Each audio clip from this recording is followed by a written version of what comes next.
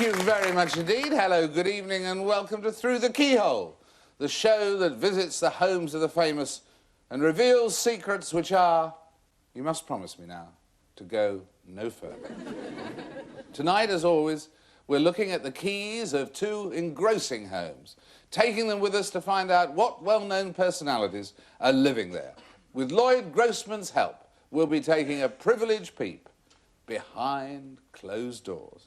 But the question is, whose? Well, to try and answer that question, we have three charming and perceptive connoisseurs of all that is beautiful in life. Where are they, you ask? First of all, it's always a pleasure to welcome a guest whose talent, integrity and sincerity have made him a household name in the television industry. But instead, would you welcome William Rushton?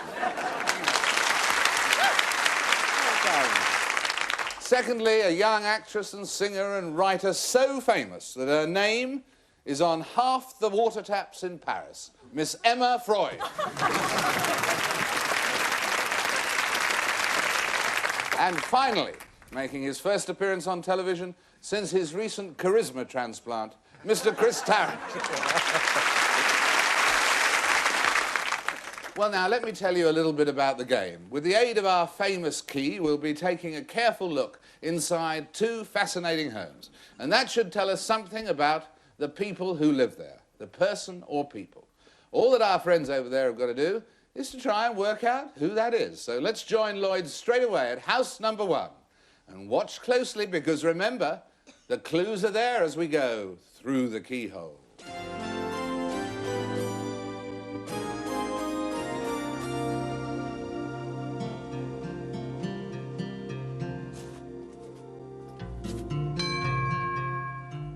Well, this is a fine example of a pre-electric doorbell.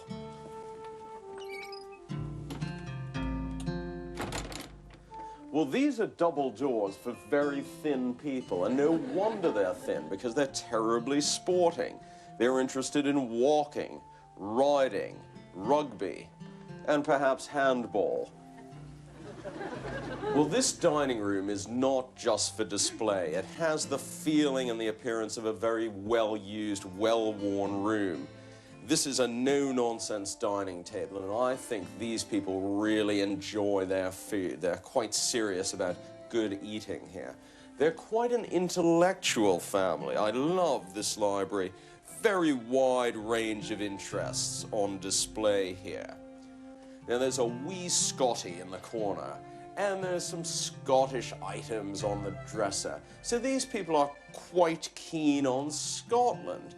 Even though they've got the obligatory picture of cows on a cloudy day, this is not at all a dour room. Just look at the mantel shelf with brightly colored bits of glass and a rather clever brass menagerie. There are animals in the study too, although these are rather more exotic and suggest that someone here might be fond of the occasional safari. I like that object in the corner. It shows a nicely macabre sense of humor. Now, this family definitely subscribe to the work ethic. They're terribly industrious, and a lot of heavy reading, writing, and thinking goes on in this room. Indeed, they almost seem a tiny bit guilty about leisure. Look at the way those games are hidden away. And I see that they're practitioners of the ancient Scottish art of outdoor weaving. Wonderful collection of eggs here. Maybe someone in the house is nervous and likes fidgeting with them, or perhaps they're souvenirs because they seem to come from all different places. These people like traveling. There are a lot of mementos of far-flung locations here. Now, once again, this room is rather un-Scottish. Look at this sexy sofa, for example. And I see over there is Lucretia Borgia's dresser. It's quite an impressive piece of furniture. On the windowsill, we've got more exotica from Africa and especially from Arabia. This knife seems to be bent, though. I noticed that someone is very fond of vintage cars as well. So maybe one member of this family is a bit of a lad. Let's look at the evidence. The wee Scotty. The hidden games. The apothecary's chest. Who lives in a house like this? David, it's over to you. Well, thank you very much indeed, Lloyd. And so now, for our home and studio audience, though not for our panel, here's whose house it is.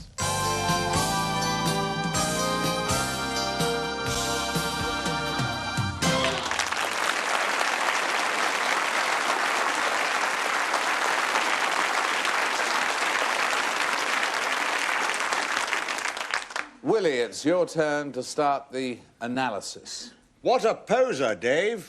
My word. It is a Notice, poser, isn't it, in Will? Lloyd's honour, I'm wearing the Boston Red Sox. Yeah. As a tribute to Lloyd, right. Antique golf bag in the hall made me think instantly of royal and ancient. Then I thought, no, the Queen Mother wouldn't travel this far north, just for the money they pay here. Then the books, good to see, very rare. Many of these homes we go to on this programme, you see no books whatsoever. In very many cases, they may clear them out of the house.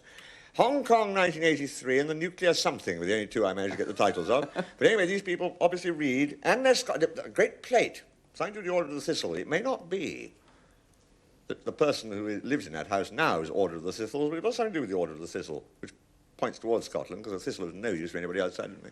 Hippo and Right Leg Traveller. Idi Amin's Shrunken Head, I thought was an interesting and quite lively thing to have on your bookshelf. So really, by looking, some possible member of the royal family who's been to Hong Kong in 1983 may or may not have the Order of the Thistle and is into shrunken heads of former leaders of African states.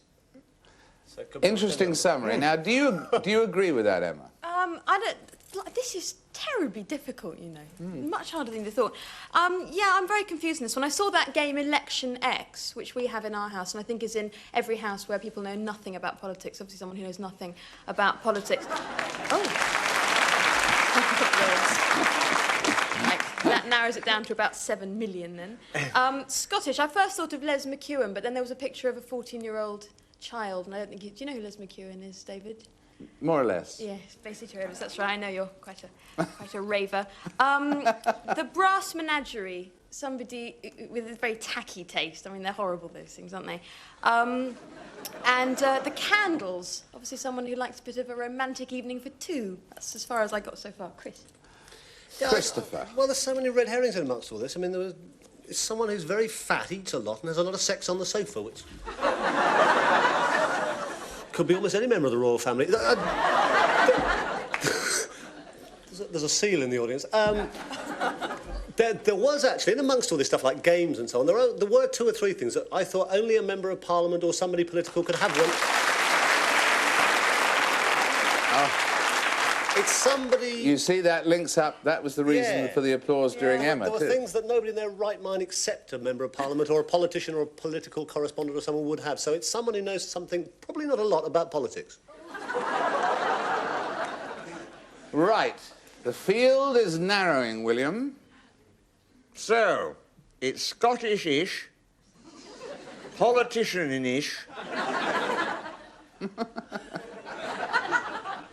The only person who fills the bill totally there is David Steele. Correct! Will you welcome David Steele as he comes through the keyhole?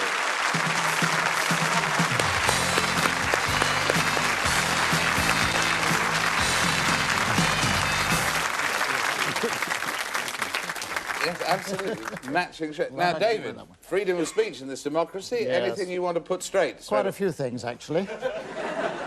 I can remember Mr. Rushton when he had a brush with democracy in Scotland. He stood as a candidate in a by-election and got, I think, 6 votes, was it? Well, that's the Liberal Party. Yes, he did, actually. I'm being unkind. 2,000 to the Liberal Party. 2,000 to the Liberal Local Party. Liberal MP, I am your local man, and failed to turn up at a meeting. He got lost. Well, that's when I first met him. As for Emma... David, I'm so sorry. I shall never speak to you again. I thought you'd have recognised the house from the outside. Your father's certainly been there, even if you haven't. I'm sorry. I She's didn't mean all that blushing. about your Brass Menagerie. I think it's lovely.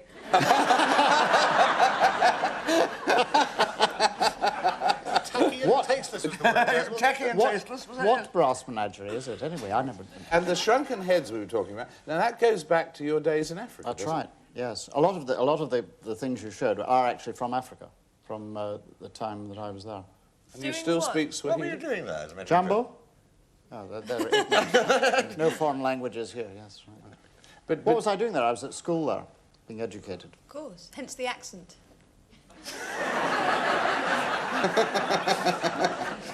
she's allowed to do that as a Yes. sort of daughter of a, Yes, I a know. Sion, Skyon. A sir. A sir. A sir, yeah. A sir, no less.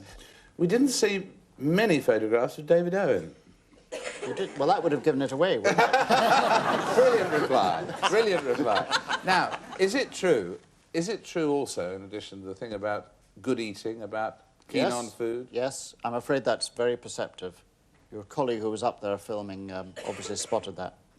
Judy is a very good cook, and I must say the film made the house look very big. I hasten to say it's actually very modest in size, but that dining room, you must have had a long lens on the camera. It made it look enormous. It looked like a dining room for 14. No, you can squash at most about 8 or perhaps 10 people in. Or 2 and Cyril Smith. Actually, Cyril did stay with us once, and he literally broke the spare bed. I mean, he really... Of all that travelling, and we saw souvenirs around, which was the most memorable place you've been to? Oh, well, I'm sort of rooted in Africa, I'm afraid. And even though I've been to a lot of places that some people would say are more interesting, I keep being drawn back to Kenya in particular. How many countries, I wonder, in the world have you visited? I would hate to try and count. I have no idea. Quite a large number. Well, we thank you for sharing your home with us, and we would like you to have this priceless... That's to go with the brass menagerie, isn't it? Yes, it's to go in the brass menagerie. Take a bow, Emma. They will have another word with you later. And with your father, later on about that one. Thank you very much. David Steele, thank you David. for being with us. Thank you. Been a delight having you with us. Our thanks to David Steele. We'll take a break and come rushing back. Who's next? See you in a moment.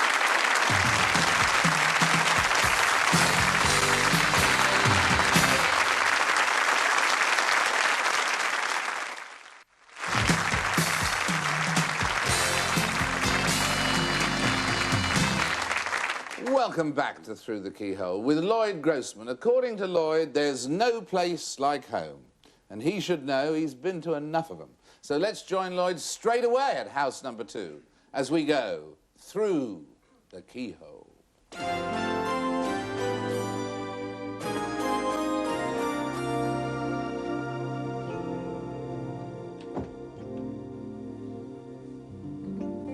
Well, yippee-yi-yay, someone here likes dressing up like a cowboy. They've got all the paraphernalia. And unless there's a horse living in the spare bedroom, it's probably because they like play acting. There are all sorts of props here, like an extravagant fur boa and a pistol holster. Someone here is also very American because there is the indispensable American hat here. I notice they're not very good to their pets, though. This poor fella hasn't been fed for ages.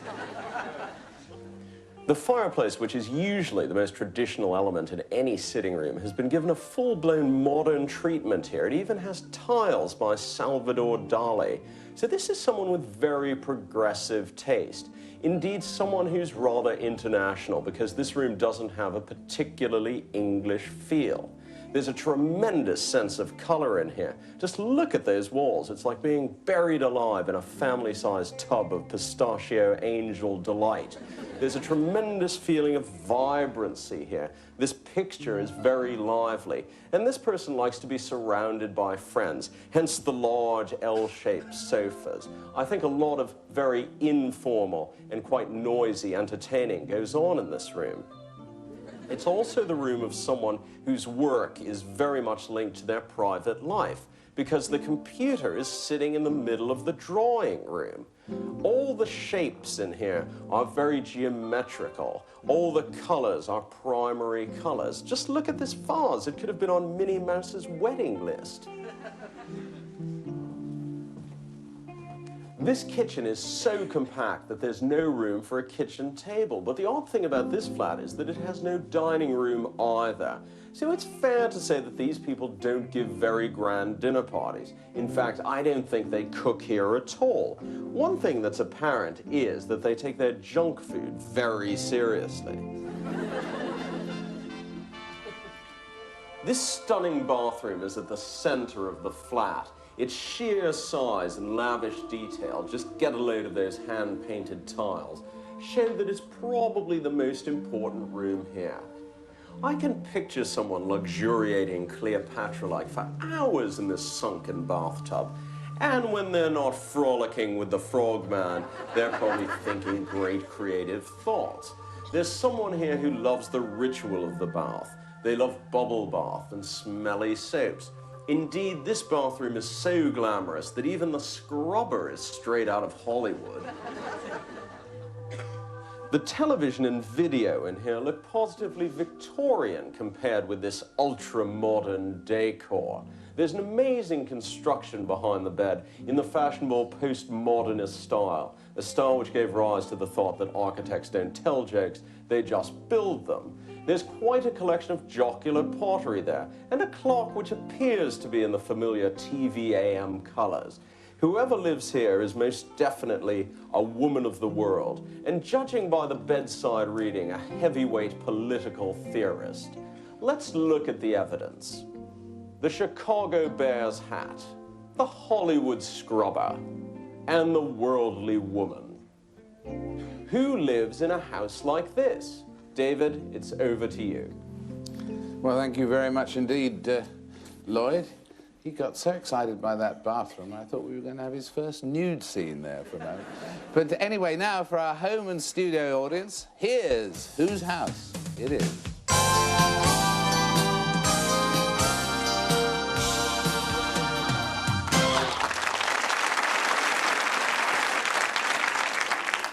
There is a quizzical look on the finely chiselled features of Mr. Chris Tarrant. Yeah, I was thrown at the end when he said, what sort of a woman? I was convinced it was a bloke till then. That's rather thrown me. I was convinced it was Ronnie Biggs.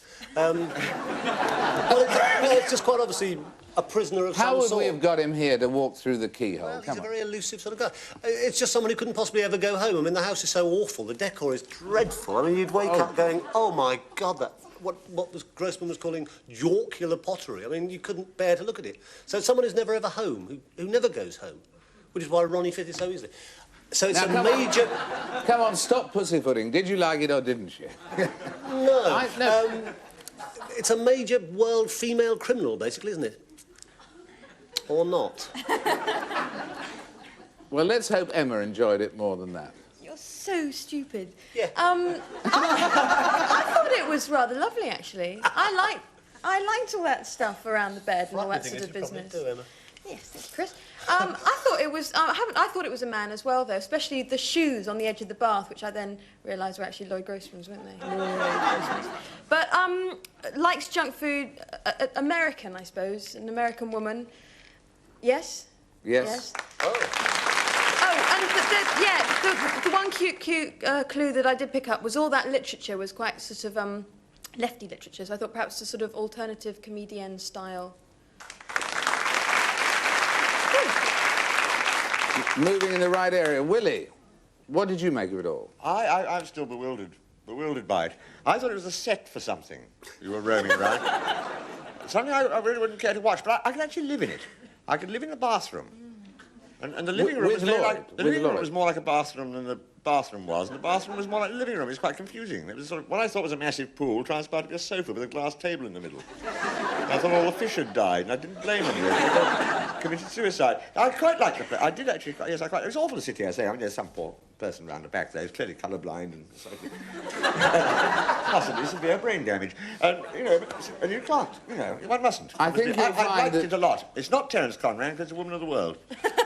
I think you'll find she can take care of herself. Really? And indeed of Mr. Tarrant when she comes out, probably. Lucky old me. We've had 2 rounds of applause so far. Yes, they were both obscure. They were one for not being Ronnie Biggs was one, wasn't it? So that didn't help a lot. So she's American.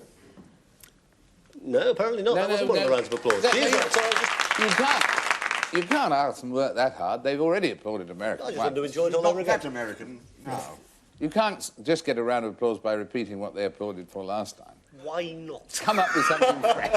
You have nothing to say, do you? You've been doing it for years. Now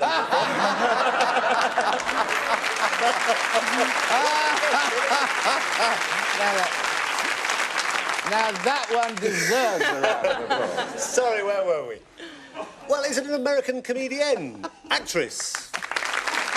You know that. The only American comedian sort of person who takes junk food that seriously that I can think of is Ruby Wax. Will you welcome as she comes through the keyhole, the star of Girls on Top, Ruby Wax.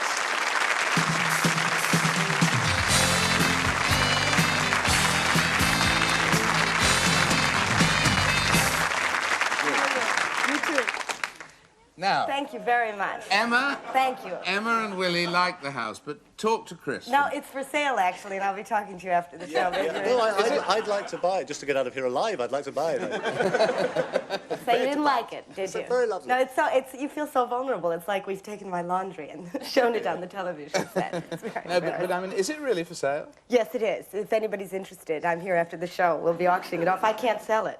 And I don't spend a lot of time. What about the big room? Is that based on the feeling of a swimming pool I read somewhere, or Well, ice cream colours, No, gelati, or... I do a lot of thinking in the bottom of pools, which you probably can tell from the quality of my shows. And so I wanted it to look like I was in a swimming pool at all times. And so that's how you came to do it that way. Yeah. Now, the Chicago, that's where you came from, isn't Yeah. it? That's why Chicago, yes? Chicago Bears. Well, Yeah. I figured I have to give you some clues as to who this person was. Because I wanted it to look like a holiday room, you know, I mean a hotel. Because I don't actually live there at all. I mean, I just do my work there and then I go visit friends. I don't like the taste either. I mean, I don't like it either. It's not at all what I expected. It's lovely. So you go out. So you go out a lot as well. But I mean, but you do your work there basically. Yeah. That's your work centre. In the corner, and then just to avoid looking at the walls and singeing my retinas, I turn right back to the computer so I can get to work. Now, It helps me concentrate. What about Lloyd saying this is not a place of someone who cooks? Is that? I have never been in my kitchen. I visited. I turned the corner, I wave. I opened that oven once, wind blew at me. I didn't know what that was. No, I don't cook. You steer clear of it. I'm not that housewife type, no. No dinner parties. If people come over and they really want to see me, they bring their food. No, why should I cater? You know what I mean? It's enough that I'm entertaining at home, I think. Very keen on baths, though. Are you a clean, wholesome sort of Well, guy? I spent a lot of years in this country, and I realize what a rarity that is. You know, Yeah, and that yeah. kind of those tubs where you put the rubber, you know, things on and sit in that African woman giving birth position while it drips, scald freezing on your head. So I've just sat there now to make up for lost time. And a lot of times I rinse off a lot of English people who come over when, I don't know what their hygienic habits are, but they go straight into that tub. As Lloyd did, indeed. Lloyd was very happy there. Did he clean out the bottom? Oh, yes, he's a very clean Because person. I'm going to be checking. He's a very clean person. Well, it's a delight to have you with us, Ruby. And Does this here- match with my house? It Oh, matches totally, beautifully. totally It's kitsch. a sort of ice cream. It's kitsch, isn't it? Ice cream this real? colours. Not very. No, okay. Not Okay, now I just... Not entirely. You know, as an American, we like to know the worth. Thank you Anyways, very much. It's our way of saying thank you. We've had such fun with you being here today. Sit right back there while we say thank you to you. Thank you. Thank you to for- Willie Rushton. Thank you to Emma. Thank you to Chris. Thank you to Ruby. And, of course, thank you to David Steele as well. Until the next time, goodbye for now.